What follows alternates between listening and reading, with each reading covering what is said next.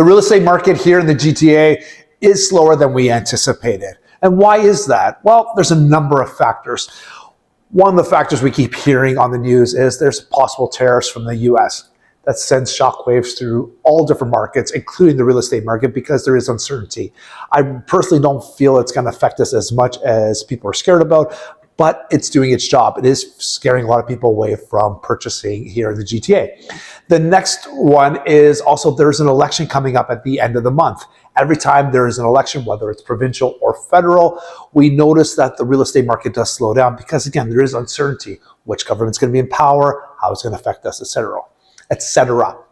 But I also believe one of the biggest culprits we have to a slower market that we have right now is because of the borrowing situation, the borrowing costs. They're still pretty high. So it is a barrier of entry for especially new home buyers getting in. That being said, we are hopefully having an interest rate drop in the middle of the month. On my birthday, I think it is April 16th. And we are, because of the tariffs, I've heard that we are probably going to continue to cut interest rates moving forward. So that is good news for buyers.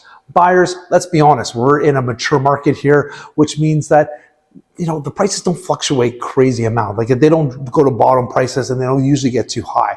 So if you are thinking of buying, I still think now is a great time. There is more choice on the market because you don't want to be that person always waiting for the prices to bottom out to only realize that all of a sudden the market takes off and you lost out on buying a good property. Anyway, that's my piece of advice. If you are looking to buy, start looking now. You may not get this opportunity again.